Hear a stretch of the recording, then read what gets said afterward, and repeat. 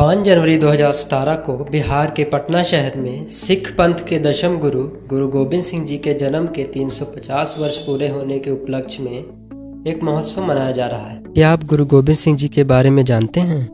तो चलिए आज मैं आपको गुरु गोबिंद सिंह जी के बारे में बताता हूँ।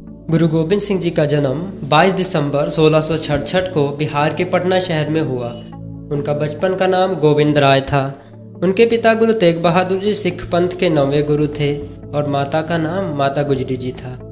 गुरु गोबिंद सिंह जी एक महान योद्धा, एक प्रतिष्ठित कवि, एक भक्त एवं एक आध्यात्मिक नेता थे। इनके जन्म की एक प्यारी सी कहानी सुनाता हूँ। उस समय हरियाणा के करनाल में एक प्रसिद्ध पीर भीखन शाह जी रहते थे। पर डे तो वो पश्चिम की ओर मुँह करके नमाज अदा करते, पर जिस दिन गुरु जी का जन्म होता है वो पूर्व की ओर मुँह करके नमाज अदा करने लगते हैं। समाज के एतराज़ करने पर बताते हैं कि मेरा खुदा तो आज पूर्व की ओर दर्शन दे रहा है, और फिर लंबी दूरी तय करके गोविंद राय से मिलने पटना पहुंचते हैं। फिर भीखन शाह जी वहां जाके घुटनों के बल बैठकर अपने दोनों हाथों में 2 अलग अलग पोट्स में मिठाइयाँ लेकर गुरु जी को भेंट करते हैं। तो गुरु जी क्या करते हैं कि अपने हाथ उन दोनों पोट्स पर एक साथ रख देते हैं, जिसे देखकर पीर भीखन शाह मुस्कुराते हैं और बताते हैं कि एक पोट में मुस्लिम और दूसरे के पोट में हिंदू की दुकान की मिठाई है।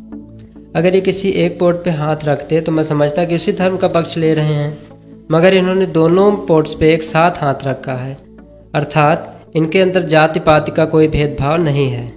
गोविंद राय 1672 में आनंदपुर साहिब आ गए और यहीं पर उनकी प्राथमिक शिक्षा शुरू होती है। उन्होंने शस्त्र विद्या के साथ साथ पंजाबी, ब्रिज, संस्कृत और फारसी भाषा भी सीख ली। अभी 9 साल के ही थे कि उनके जीवन में एक मोड़ आता है। उस समय भारत में मुगल बादशाह औरंगजेब का राज था। वो इतना क्रूर था कि जब तक एक मन जनेऊ न इकट्ठा कर लेता तब तक वो रात में भोजन न करता। उसने कई मंदिर तुड़वा के मस्जिद बना दिए। हिंदुओं को ज़बरदस्ती मुस्लिम बनाया जाता, जो न बनता उसे मार दिया जाता। बहु बेटियों को उठा लेना, नवजात शिशुओं को मार देना, ये सब तो उसका मानो पेशा बन चुका था। इन सब अत्याचारों से तंग आकर कश्मीरी पंडित गुरु तेग बहादुर जी की सभा में मदद मांगने जाते हैं। कश्मीरी ब्राह्मण बताते हैं कि औरंगजेब का कहना है कि सभी हिंदू मुस्लिम बन जाओ या अपने किसी महापुरुष का बलिदान दो, अन्यथा मैं तुम सबको मार दूंगा। उस समय 9 साल के गोविंद राय इनोसेंटली अपने पिता से कहते हैं कि इस समय समूचे भारतवर्ष में आपके सिवा ऐसा कौन है जो इस तरह का बलिदान दे सके। इसके बाद गुरु तेग बहादुर जी दिल्ली चांदनी चौक चले जाते हैं, जहाँ पे तिलक और जनेऊ की रक्षा खातिर अपने प्राणों की आहुति देते हुए वो हिंद की चादर कहलाए। जब गुरु तेग बहादुर जी को चांदनी चौक पर शहीद किया गया था, तब उनका शीश वहां पर 2 दिन तक पड़ा रहा। किसी में हिम्मत नहीं थी कि उनका शीश सामने से उठा लाए, क्योंकि औरंगजेब के खिलाफ जाना मतलब सपरिवार मौत को निमंत्रण देना। ऐसे में अत्याचार के खिलाफ लड़ रहे सिखों में एक नई ऊर्जा संचारित करने के लिए गुरु गोविंद राय बैसाखी 1699 को खालसा पंथ की स्थापना करते हैं।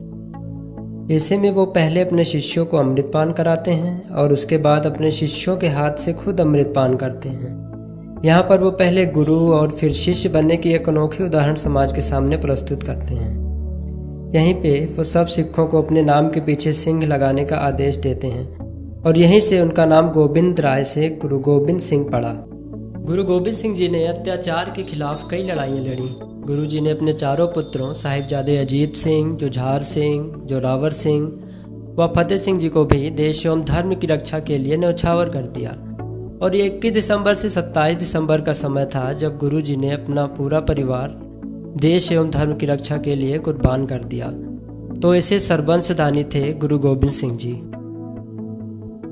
इस तरह गुरु गोबिंद सिंह जी ने अत्याचार के खिलाफ लड़ते हुए अपना पूरा परिवार बलिदान कर दिया। वो कभी किसी धर्म या समुदाय के खिलाफ नहीं लड़े। उन्होंने सिर्फ और सिर्फ अन्याय के खिलाफ आवाज़ उठाई। उनकी सभा में हर धर्म और जाति के लोग बिना किसी भेदभाव के सम्मिलित हुआ करते थे। गुरु जी कहा करते थे, ना तो अत्याचार करना और ना ही अत्याचार सहना। तो आइए हम भी गुरु जी के जीवन से प्रेरणा लें कि ना तो किसी पर अत्याचार करें और ना ही किसी के अत्याचार सहें। कृपया इस वीडियो को लाइक करें और ज़्यादा से ज़्यादा शेयर करें ताकि सब लोग गुरु गोबिंद सिंह जी के बारे में जान पाएँ। और इस तरह की और इंस्पायरिंग वीडियोस के लिए कृपया इस चैनल को सब्सक्राइब करें और अपने सुझाव कमेंट बॉक्स में लिखना ना भूलें। Thanks for watching this video. Waheguru ji का खालसा, वाहेगुरु जी की फतेह।